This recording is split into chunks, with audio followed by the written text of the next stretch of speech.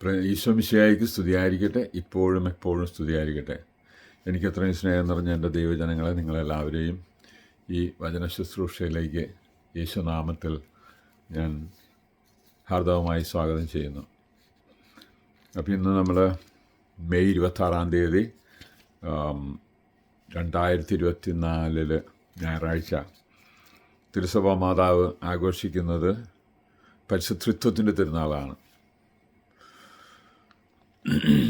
പരിശുദ്ധത്വത്തിൻ്റെ തിരുനാൾ ആഘോഷിക്കുന്ന ഈ അവസരത്തിൽ തിരുസഭാ മാതാവ് നമ്മുടെ മുമ്പിലോട്ട് വിചിന്തനത്തിനായി തരുന്ന വചനങ്ങളൊക്കെ നമ്മളിപ്പോൾ പരിശോധിക്കാൻ പോവുകയാണ്, ധ്യാനിക്കാൻ പോവുകയാണ്. അതിനുള്ള എല്ലാ കൃപകളും വരങ്ങളൊക്കെ ലഭിക്കുവാൻ, പ്രത്യേകിച്ച് പരിസമ്മയുടെ മധ്യസഹായം ഈ ശുശ്രൂഷയിലുണ്ടാകാനായിട്ട് നമുക്ക് പ്രാർത്ഥിക്കാം. നന്മ നിറഞ്ഞ മറിയമേ, നിനക്ക് സ്വസ്തി, കർത്താവ് അങ്ങയുടെ സ്ത്രീകളിൽ അങ്ങ് അനുഗ്രഹിക്കപ്പെട്ടവളാകുന്നു, അങ്ങയുടെ ഉദരത്തിൻ ഫലമായി ഈശോ അനുഗ്രഹിക്കപ്പെട്ടവനാകുന്നു.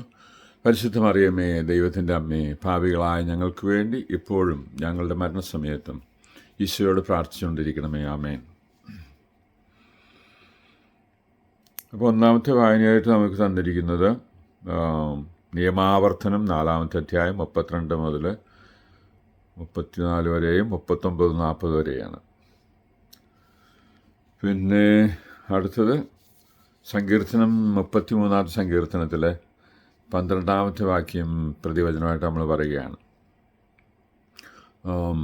കർത്താവ് അവകാശമാക്കിയിരിക്കുന്ന ജനങ്ങൾ ഭാഗ്യപ്പെട്ടവരാണെന്ന് പറഞ്ഞുകൊണ്ടാണ്. പിന്നെ അത് കഴിഞ്ഞിട്ട് റോമാക്കാർക്ക് എഴുതിയ ലേഖനം 2-ാമത്തെ വായന, റോമാക്കാർക്ക് എഴുതിയ ലേഖനം 8-ാമത്തെ അധ്യായം 14 മുതൽ 17 വരെയാണ്. പിന്നെ ഗോസ്പൽ അക്ലമേഷനായിട്ട് നമുക്ക് തന്നിരിക്കുന്നത്, ഹല്ലേലൂയ വചനമായിട്ട് പറഞ്ഞിരിക്കുന്നത് വെളിപാടിൻ്റെ പുസ്തകം 1-ാം അധ്യായം 8-ാമത്തെ വാക്യമാണ്.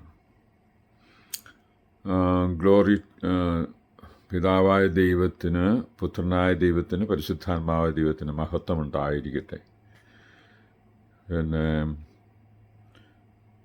ഉണ്ടായിരുന്നവനും ഇന്നുള്ളവനും എന്നും ആയിരിക്കുന്നവനുമായ ദൈവത്തിന് ഹല്ലേലൂയ. പിന്നെ അതുപോലെ തന്നെ മത്തായി അപ്പോസ്തലന്റെ സുവിശേഷ ഭാഗമായിട്ട് നോക്കിയിരിക്കുന്നത് 28-ാമത്തെ അധ്യായം 16-ാമത്തെ വാക്യം തൊട്ട് 20-ാമത്തെ വാക്യം വരെയാണ്. അപ്പോൾ നമുക്ക് ഓരോരോ വചനങ്ങൾ പരിശോധിക്കാം. നമ്മൾ ദൈവത്തെക്കുറിച്ചാണ് ഇന്ന് വിചിന്തനം ചെയ്യുന്നത്.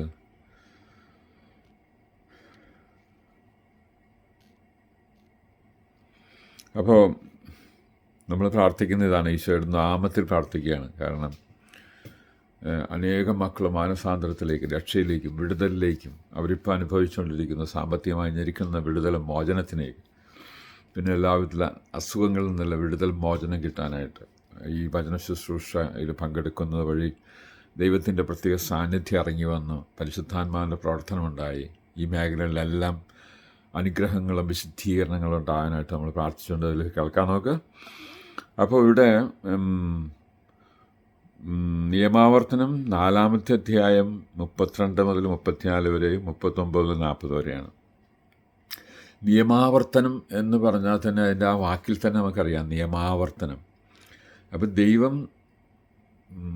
ദൈവം നിയമം കൊടുത്തിരിക്കുന്നു, അത് ആവർത്തിച്ച് പറയുന്ന ഒരു ഭാഗമാണ് ഈ പഴയ നിയമത്തിലെ പഞ്ചഗ്രന്ഥിയിലെ ഈ നിയമാവർത്തന പുസ്തകം. സംഖ്യാപുസ്തകം കഴിഞ്ഞ ഉടനെ കാണുന്ന ഒരു പുസ്തകമാണ് നിയമാവർത്തന പുസ്തകം. അപ്പം ദൈവം, പൊതുവേ നമ്മളെ ദൈവത്തെപ്പറ്റി പറയുമ്പോൾ നമ്മുടെ മനസ്സിൽ ഇതൊരു ചിന്ത വേണം. അതായത് ദൈവത്തിൻ്റെ മക്കൾക്ക് ദൈവത്തിൻ്റെ ചില നിയമങ്ങളുണ്ട്. നമ്മൾ പൊതുവെ 10 കൽപ്പന എന്നൊക്കെ പറയും. അതിലുപരിയായിട്ട് ദൈവത്തിൻ്റെ വചനം മുഴുവനും ഒരു ദൈവം വെളിപ്പെടുത്തിയ വചനങ്ങൾ കാലാകാലങ്ങളിൽ, അതായത് നമുക്കറിയാമല്ലോ, സൃഷ്ടിയുടെ കാലത്തുള്ള വചനങ്ങളുണ്ട്, അതിനുശേഷം സൃഷ്ടിച്ചുണ്ടായതിനു ശേഷം പിന്നെ നോഹയുടെ കാലത്തുള്ള വചനങ്ങളുണ്ട്, പിന്നെ അത് കഴിഞ്ഞ് അബ്രാഹത്തിൻ്റെ കാലത്തെ വചനമുണ്ട്, പിന്നെ മോസസിൻ്റെ കാലത്തെ വചനം, ഇങ്ങനെ അങ്ങോട്ട് പോവുകയാണ്. പിന്നെ ഇസ്രായേൽ ജനങ്ങൾ മുഴുവൻ, രാജാക്കന്മാർ, ന്യായാധിപന്മാർ, അങ്ങനെയൊക്കെ ഒത്തിരി വചനങ്ങളൊക്കെ ഉണ്ട്. അപ്പോൾ ഇതൊക്കെയാണ് നമ്മളിപ്പോൾ ദൈവത്തെക്കുറിച്ചാണ് ചിന്തിക്കുന്നത്. പിതാവായ ദൈവം, പുത്രനായ ദൈവം, പരിശുദ്ധാത്മാവായ ദൈവം എന്ന്. ഇതൊക്കെ ശരിക്കും പറഞ്ഞാൽ ഈ ലോകത്തിന് മനസ്സിലാക്കാൻ ഇത്തിരി ബുദ്ധിമുട്ടാണ്. ലോകാരൂപിയുണ്ട്, ഇവിടെ ദൈവാരൂപിയുണ്ട്. ലോകാരൂപിയെ പിശാചിൻ്റെ രൂപി അല്ലെങ്കിൽ ദുഷ്ടാരൂപി എന്നൊക്കെ നമുക്ക് വേണ്ടി വിളിക്കാം. കാരണം പലപ്പോഴും നമ്മുടെ ഈ വിശ്വാസത്തിനെയൊക്കെ വളച്ചൊടിക്കാനും തെറ്റിദ്ധരിപ്പിക്കാനും അത് തെറ്റാണെന്ന് വ്യാഖ്യാനിക്കാനൊക്കെ ഉള്ള ഭയങ്കര ഒരു പരിശ്രമം നടത്തിക്കൊണ്ടിരിക്കുന്ന ഒരു അരൂപിയാണ് ദുഷ്ടാരൂപി എന്ന് പറയുന്നത്. അത് അവൻ പലരെയൊക്കെ സ്വന്തമാക്കും, അവരിലൂടെയാണ് പ്രവർത്തിക്കുന്നത്. അതിപ്പോൾ സിനിമയിലൂടെ ആയിരിക്കാം, സീരിയലിലൂടെ ആയിരിക്കാം, അല്ലെങ്കിൽ ചില വലിയ വലിയ ആളുകളിലൂടെയൊക്കെ ആയിരിക്കാം. പക്ഷേ ഇതിനിടയ്ക്ക് ദൈവം തന്നെ തൻ്റെ മക്കളെ ഉയർത്തും. ഇപ്പോൾ അബ്രാഹത്തിനെ ഉയർത്തിയതുപോലെ, അല്ലെങ്കിൽ നമ്മുടെ പൂർവ്വപിതാവായ ജോസഫിനെയൊക്കെ ഉയർത്തിയതുപോലെ. ശരിക്കും അതൊക്കെ ആ ഉയർന്ന പടികളൊക്കെ നമ്മൾ ചിന്തിക്കുമ്പോൾ ഭയങ്കര അത്ഭുതകരമായ ഉയർത്തലാണ്. അതോടൊപ്പം തന്നെ പിന്നെ മോസസിനെ ഉയർത്തി. അവസാനം നമ്മൾ കണ്ടില്ലേ, നമ്മൾ സ്വന്തം മകനെ തന്നെ അയച്ചു. യോഹന്നാൻ്റെ സുവിശേഷം 3:16 പറയുന്നത് പോലെ ദൈവം ലോകത്തെ അത്രമാത്രം സ്നേഹിച്ചു, തൻ്റെ സുതനെ നൽകാൻ തക്ക വിധം ലോകത്തെ അത്രമാത്രം സ്നേഹിച്ചു എന്ന് പറയുന്ന ആ ഒരു പുത്രനെ തന്നെ അയക്കുന്നൊരു ഇതുണ്ട്. അതിനുശേഷം സംഭവമൊക്കെ അവസാനിച്ചെന്നുള്ള അല്ല, നമ്മൾ ആ ദൈവത്തിൻ്റെ പ്രവർത്തനങ്ങൾ, ദൈവം കൂടിയായിരിക്കുന്ന അവസ്ഥകൾ ഇപ്പോഴും തുടർന്നുകൊണ്ടിരിക്കുകയാണ്. നമ്മൾ വിശ്വസ്തരായിരുന്നാൽ മതി ദൈവത്തോട്. വിശ്വസ്തത, സത്യസന്ധത, ഇതൊക്കെയാണ് ദൈവം നമ്മിൽ നിന്ന് പ്രതീക്ഷിക്കുന്ന കാര്യം. ഇത് രണ്ടിനെയും ഗണ്ണിച്ചുകൊണ്ടാണ് ഈ ലോകാരൂപി നമ്മളിൽ പ്രവർത്തിക്കുകയും നമ്മൾ കീഴടക്കാൻ നോക്കുകയും ചെയ്യുന്നത്. അതെപ്പോഴും നമ്മൾ വാച്ച്ഫുള്ളായിരിക്കണം. നമ്മൾ ഈ വിശ്വസ്തതയും സത്യസന്ധതയും വെച്ചുകൊണ്ട് ജീവിച്ചു കഴിഞ്ഞാൽ ദൈവം നമ്മുടെ കൂടെ ഉണ്ടാകും. ഇതാണ് ഡ്യൂട്രോണമി അല്ലെങ്കിൽ നിയമാവർത്തന പുസ്തകത്തിൽ ദൈവം പറയാൻ ഉദ്ദേശിക്കുന്ന കാര്യം. നമ്മൾ ആ 1-ാമത്തെ വാക്യം തൊട്ട് പറഞ്ഞു, ഞാൻ നിങ്ങളെ നയിച്ചുകൊണ്ട് പോകും. അതിൽ തന്നെ 1-2 കാര്യങ്ങൾ ദൈവം, നമ്മൾ നിയമാവർത്തന പുസ്തകം വായിച്ചു തുടങ്ങുമ്പോൾ തന്നെ നമുക്ക് മനസ്സിലാക്കുന്ന ഒരു കാര്യമുണ്ട്. അതായത് ദൈവത്തിൻ്റെ ആ ഒരു സ്വർഗത്തിലേക്ക് നമ്മളെ കൊണ്ടുപോകുന്നതിൻ്റെ ഒരു ചെറിയൊരു പതിപ്പാണ് ഈ ഈജിപ്തിലെ അടിമത്തത്തിൽ നിന്ന് നമ്മളെ മോചിപ്പിച്ചു കൊണ്ടുവരുന്ന സംഭവം. എന്നിട്ട് ദൈവം പറയുന്നു, ഞാൻ തേനും പാലും ഒഴുകുന്ന കാനാൻ ദേശത്തിലേക്ക് നിങ്ങളെ കൊണ്ടുപോകുമെന്ന് പറയുന്നൊരു ദൈവമുണ്ട്. അപ്പോൾ അതാരെയാണ്? ഒരു തിരഞ്ഞെടുക്കപ്പെട്ട ഒരു പ്രത്യേക ഇസ്രായേൽ മക്കളെയാണ് ഈ പറയുന്നത്. അപ്പോൾ എന്താണ് കാണിച്ചത് ദൈവം ഒരു രാജ്യത്തിൽ അകപ്പെട്ടിരിക്കുന്ന ജനങ്ങളെ അവിടെ ചെന്ന് മോസസിൻ്റെ നേതൃത്വത്തിൽ അവിടെ പിടിച്ചു കൊണ്ടുവന്ന് ഇവിടെ കൊണ്ടുവരുന്നവരും പിന്നെയും 40 വർഷത്തിന് ശേഷം ജോർദാൻ നദിയെ കടന്ന് നമ്മുടെ ജോഷുവ പ്രവാചകൻ്റെ ജോഷുവയുടെ നേതൃത്വത്തിൽ പുതിയ രാജ്യങ്ങളൊക്കെ കീഴടക്കുകയും ആ രാജ്യക്കാരൊക്കെ ഇല്ലാതാക്കുകയും അവിടെ നട്ടുവളർത്തുകയും ചെയ്യുന്ന ഒരു സംഭവം നമ്മളവിടെ കാണുന്നുണ്ട്. അപ്പം ഇതിലൂടെ ദൈവം പറയുന്ന ഒരു വലിയ സത്യം എന്താണെന്ന് വെച്ച് കഴിഞ്ഞാൽ, ദൈവം നമ്മളെ ഈ ലോകത്തിലിപ്പോൾ കാണുന്നതായിട്ടുള്ള എല്ലാവിധ ഞെരുക്കങ്ങളും അസ്വാസ്ഥ്യങ്ങളും പലരും നമ്മളെ പീഡിപ്പിക്കുക, ഇതിൽ നിന്നെല്ലാം നമ്മളെ രക്ഷിച്ച് നമ്മളെ സ്വർഗ സൗഭാഗ്യത്തിലെത്തിക്കും, ദൈവത്തിൻ്റെ രാജ്യത്തിലെത്തിക്കും. അതാണ് അതിലൂടെ പറയുന്ന, പഴയ നിയമത്തിൽ പറയുന്ന ആ സംഭവത്തിൻ്റെ ഒരു ശരിക്കുള്ളൊരു വ്യക്തത ഇതാണ്. അതിനാണ് ഈശോ ഇവിടെ വന്നിരിക്കുന്നത്. പഴയ നിയമത്തിലൊരു മോശയാണ് അവിടെ നയിക്കുന്നത്, ഇവിടെ പുതിയ നിയമത്തിൽ ഈശോയാണ്. അതാണ് ഈശോ പറയുന്നത്, ഞാനാണ് വഴി, ഞാനാണ് സത്യം, ഞാനാണ് ജീവൻ. അപ്പോൾ ഈശോയെ കേൾക്കുക, ഇതാണ് നമ്മുടെ ഇന്നത്തെ സുവിശേഷത്തിലും ഈശോ പ്രത്യേകമായിട്ട് പറയുന്നത്. ഈശോ എന്താ പറയുന്നത്? അതായത് എല്ലാ അധികാരങ്ങളും എനിക്ക് തന്നിരിക്കും, സ്വർഗത്തിൻ്റെയും ഭൂമിയുടെയും സർവ്വ അധികാരങ്ങളും എനിക്ക്. കാരണം എന്താണ്? ഈശോ പിതാവിൻ്റെ ഇഷ്ടം, അവിടെ അതാണ് നമ്മൾ ശ്രദ്ധിക്കുന്നത്. എന്തുകൊണ്ട് ഈശോയ്ക്ക് അധികാരം കിട്ടി? ഈശോയ്ക്ക് അധികാരം കിട്ടിയത് പിതാവിൻ്റെ ഇഷ്ടം, പിതാവിൻ്റെ വചനങ്ങൾ പൂർത്തിയാക്കിയത് കൊണ്ടാണ്. അതാണ് കുരിശുമക്കിടന്ന് പറയുന്നത്, ഇതാ എല്ലാം പൂർത്തിയായെന്ന് പറയുന്നത്. അതായത് വചനം പൂർത്തിയാക്കുക, ദൈവം പറയുന്ന കൽപ്പനകൾ, ദൈവം പറയുന്ന അനുശാസനങ്ങൾ അതേപടി പാലിക്കാനായിട്ട്. അത് നമുക്ക് സാധ്യമാണോ എന്ന് ചോദിച്ചാൽ സാധ്യമല്ല. പക്ഷേ ദൈവത്തിൻ്റെ അരൂപിയെ തരുന്നതിനുണ്ട് പരിശുദ്ധാത്മാവ്. അതാണ് പിതാവ്, പുത്രൻ, പരിശുദ്ധാത്മാവ്. ഇത് ഇങ്ങനെ 3 വ്യത്യസ്ത ശക്തികളുണ്ട് അവിടെ. പിതാവിൻ്റെ ശക്തി, പുത്രനായ ദൈവത്തിൻ്റെ ശക്തി, പരിശുദ്ധാത്മാവിൻ്റെ ശക്തി. 3ഉം പ്രവർത്തിക്കുന്ന പ്രവർത്തന രീതികളൊക്കെ ഉണ്ട്. ഇതൊന്നും, ഈ പറഞ്ഞ സംഭവങ്ങളൊന്നും ഒരു മതത്തിലും കാണാൻ പറ്റത്തില്ല. അതുകൊണ്ടാണ് ഇവിടെ ഇതിന്ന് വായിക്കുമ്പോൾ എടുത്ത് നോക്ക്. നിങ്ങൾ ഈ നിയമാവർത്തന പുസ്തകം വായിക്കുമ്പോൾ 4-ാമത്തെ അധ്യായം 32 തൊട്ട് ചോദിക്കുന്ന ചോദ്യം ഇതാണ്: ദൈവം ഇങ്ങനെ സംസാരിക്കുന്ന നിങ്ങൾ കേട്ടിട്ടുണ്ടോ? നേരിട്ട് മനുഷ്യരോട് വന്ന് സംസാരിക്കുന്ന നിങ്ങൾ കേട്ടിട്ടുണ്ടോ?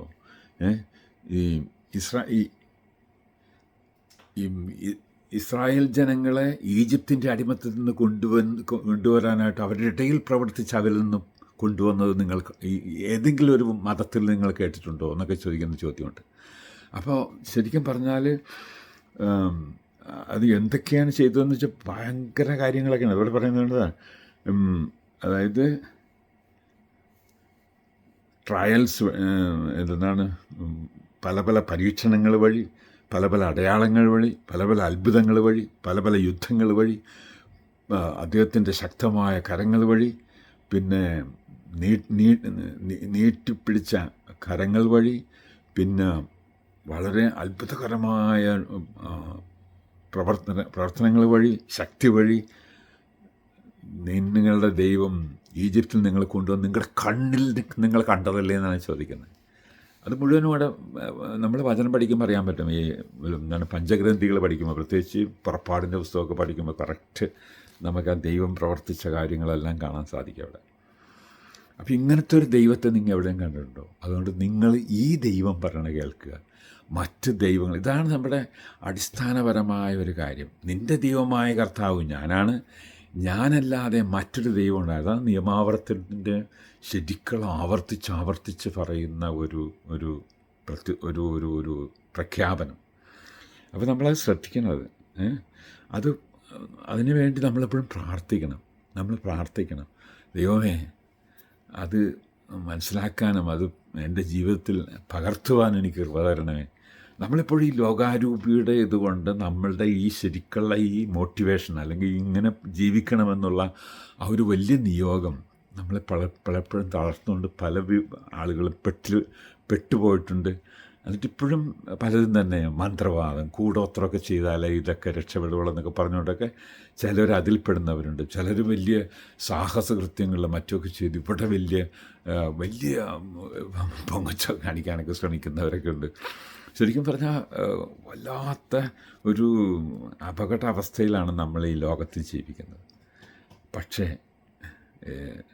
നമ്മളിപ്പോൾ പറയുന്ന പോലെ ഈ രണ്ടാമത്തെ വായനയിൽ ഈ പൗലോസ് അപ്പോസ്തലനോട് വെളിപ്പെടുത്തുന്നതാണ്. അതായത് ദൈവാത്മാവിനാൽ നയിക്കപ്പെടണം, പരിശുദ്ധാത്മാവിനാൽ നയിക്കണം. കഴിഞ്ഞ ദിവസം നമ്മൾ പരിശുദ്ധാത്മാവിൻ്റെ പെരുന്നാൾ ആഘോഷിച്ചു, പെന്തക്കോസ്ത പെരുന്നാൾ ആഘോഷിച്ചു. അതൊരു ഭയങ്കര പെരുന്നാളാണത്. ശരിക്കും പറഞ്ഞാൽ നമ്മുടെ നഷ്ടമാകുന്നത് പരിശുദ്ധാത്മാവിൻ്റെ നഷ്ടമാണ്. നമ്മുടെ നഷ്ടം പരിശുദ്ധാത്മാവിനെ നേടിയെടുക്കണം. പരിശുദ്ധാത്മാവിനെ കിട്ടണമെങ്കിൽ ഈശോയെ തന്നെ സ്നേഹിക്കണം. വേറെ ആരും പിടിച്ചാലൊന്നും പരിശുദ്ധാത്മാവിനെ കിട്ടുമൊന്നുമില്ല. നമ്മളിപ്പോൾ എന്താണ് ഈ അപ്പോസ്തല പ്രവർത്തനം പഠിക്കുമ്പോൾ അറിയാൻ പറ്റും. ചില വലിയ ആൾക്കാരൊക്കെ അവിടെ എനിക്കാണ് 13-ാം അധ്യായത്തിൽ 10-ാം അധ്യായത്തിലൊക്കെയാണെന്ന് എനിക്ക് തോന്നുന്നത്, 13-ാം അധ്യായത്തിലൊക്കെയാണെന്ന് തോന്നുന്നത്, അല്ലെങ്കിൽ 16-ാം അധ്യായത്തിൽ ചില ആളുകൾ വന്നിട്ട് സൈമൺ എന്നാണ്ടൊക്കെ പറഞ്ഞ ഒരാൾ വന്നിട്ട് രോഗികൾ സൗഖ്യപ്പെടുന്നു, ഇങ്ങനെയൊക്കെയുള്ള അത്ഭുതങ്ങൾ നടക്കണം എന്നൊക്കെ പറഞ്ഞുകൊണ്ട് അവർക്ക് എന്നാൽ ഈ പരിശുദ്ധാത്മ എനിക്ക് തോന്നി ഞാൻ കുറേ പൈസ തരാമെന്ന് പറയുന്നൊരു സംഭവമുണ്ട് അവിടെ.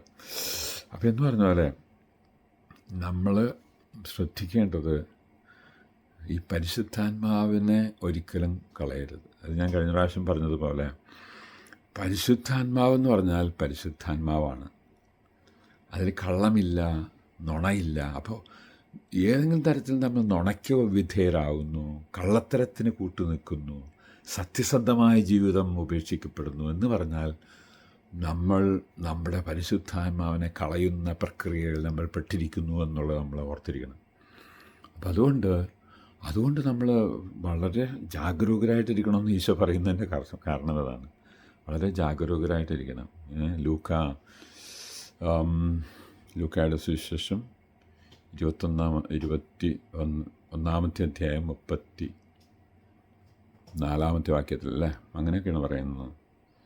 ജാഗരൂകരായിരിക്കും. ഓക്കെ. അപ്പോൾ നമ്മളപ്പോൾ ഇവിടെ ശ്രദ്ധിക്കേണ്ടത് ദൈവാത്മാവിനാൽ നയിക്കപ്പെടണം. ദൈവാത്മാവ് ഒരിക്കലും കള്ളാത്മാവല്ല. ദൈവാത്മാവ് പരിശുദ്ധാത്മാവാണ്. ആ വ്യക്തത നമുക്ക് ക്ലിയറായി മനസ്സിൽ പതിയണം. ആ ആത്മാവിനെ വിളിച്ച് അബ്ബാ പിതാവേ എന്നൊക്കെ വിളിച്ച് ആത്മാവ് നമ്മളെ സഹായിക്കണം വിളിക്കാനായിട്ട്, പ്രാർത്ഥിക്കാനായിട്ടൊക്കെ. കാരണം എന്ത് പ്രശ്നങ്ങളുണ്ടെങ്കിലും call out the name of the Lord, ദൈവത്തിൻ്റെ നാമം വിളിച്ചപേക്ഷിക്കുക, കർത്താവിൻ്റെ നാമം വിളിച്ചപേക്ഷിക്കുക. നീ രക്ഷ പ്രാപിക്കും എന്നുള്ളൊരു വചനം അവിടെയൊക്കെ ഉണ്ട്. അപ്പോൾ അതനുസരിച്ച് നമ്മൾ ഏത് പ്രതിസന്ധിപ്പെട്ടാലും നമ്മൾ ആദ്യം വിളിക്കേണ്ട വിളി എൻ്റെ കർത്താവേ, എൻ്റെ ദൈവമേ, എന്നെ രക്ഷിക്കണേ എന്ന് പറഞ്ഞാണ് തോമസ്ലി അങ്ങനെയല്ല വിളിച്ച് പറഞ്ഞത്. അപ്പോൾ അത് നമ്മൾ ഓർത്തേക്കണം. അപ്പോൾ അതുകൊണ്ട് ഈ പരിശുദ്ധാത്മാവിനാൽ നയിക്കപ്പെടുന്ന മക്കളായിട്ട് നമ്മൾ മാറണം. അപ്പോൾ അങ്ങനെ നയിക്കുന്നവർ, അപ്പോൾ ഇവിടെ നമ്മളിപ്പോൾ ദൈവത്തെ പറ്റിയുള്ള ദൈവത്തിൻ്റെ പെരുന്നാളാണ് ആഘോഷിക്കുന്നത്. നമുക്ക് വെളിപ്പെടുത്തി തന്നിരിക്കുന്ന ദൈവം, പിതാവായ ദൈവം, പുത്രനായ ദൈവം, പരിശുദ്ധാത്മാവായ ദൈവം. എന്തിനാണ് ദൈവത്തെ വെളിപ്പെടുത്തുന്നത്? ദൈവത്തെ വെളിപ്പെടുത്തിയത് നമ്മുടെ രക്ഷയ്ക്ക് വേണ്ടിയാണ്. നമ്മുടെ രക്ഷ എന്ന് പറയുന്നത് അത് ഈശോമിശിഹായിൽ പൂർത്തീകരിച്ച രക്ഷ. പരിശുദ്ധാത്മാവിൻ്റെ സഹായത്തോടുകൂടി നമ്മളതിനെ ശരിക്കും വിശ്വസിച്ച് അംഗീകരിച്ച് താലോലിച്ച് നിരന്തരം നമ്മൾ ആ പാതയിലൂടെ ആയിരിക്കണം, ആ രക്ഷയിൽ പൂർത്തിയായിരിക്കണം. അപ്പോൾ അതാണ് നമ്മുടെ ഈ പെരുന്നാളിൻ്റെ അടിസ്ഥാനത്തിൽ ഇന്നത്തെ സങ്കീർത്തനം പറയുന്നത്.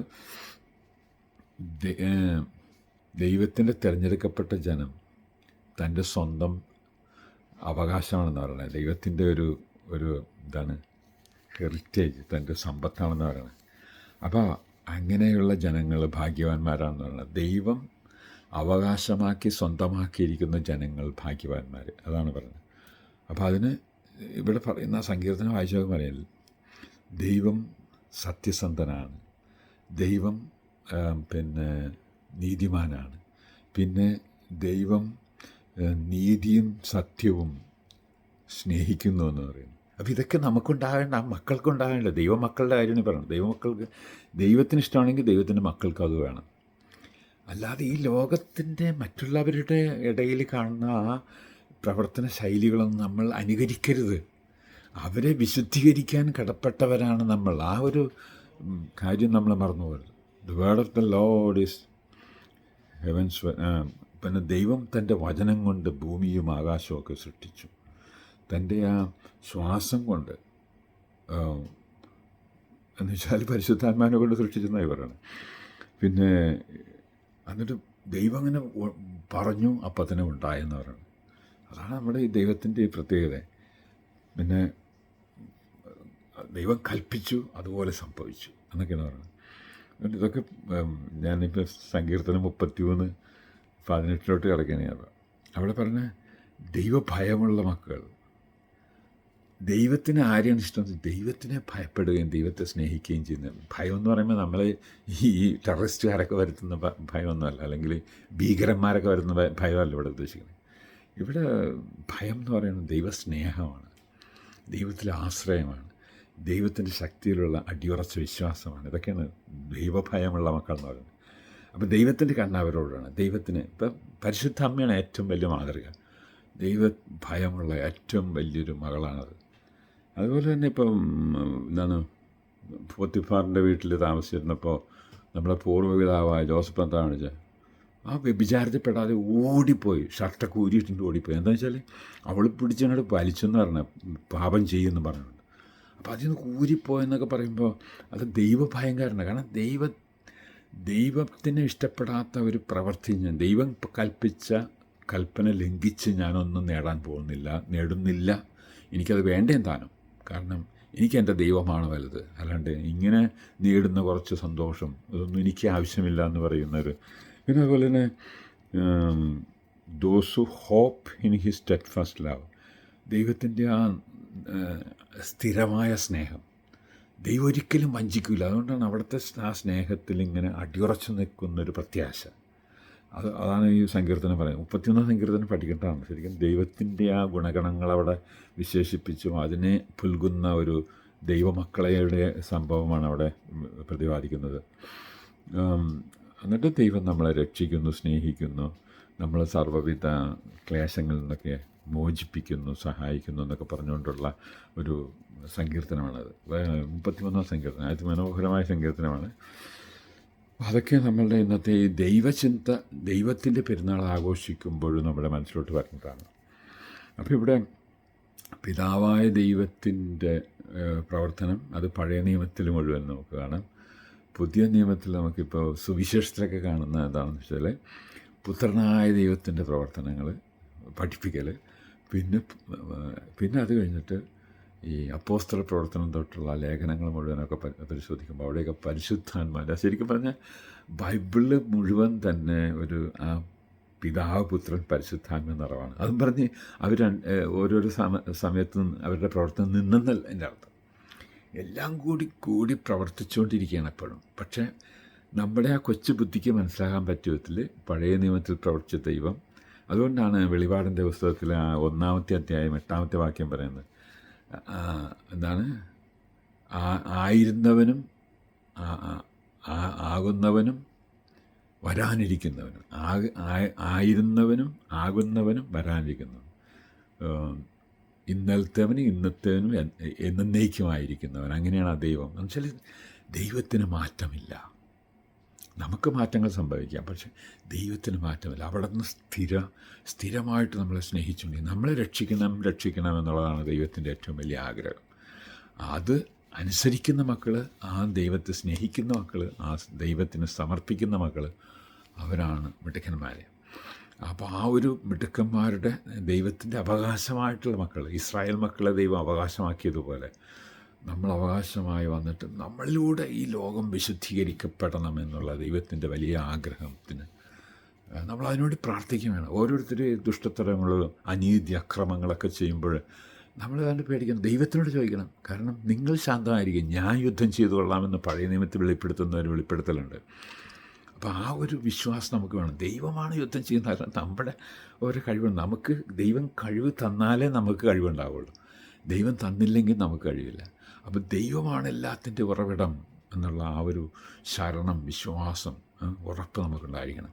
പിതാവിൻ്റെയും പുത്രൻ്റെയും പരിശുദ്ധ നാമത്തിൽ ആമേൻ. ഈശോ മിശിഹായ്ക്ക് സ്തുതിയായിരിക്കട്ടെ, ഇപ്പോഴും എപ്പോഴും സ്തുതിയായിരിക്കട്ടെ. Hallelujah, hallelujah, hallelujah.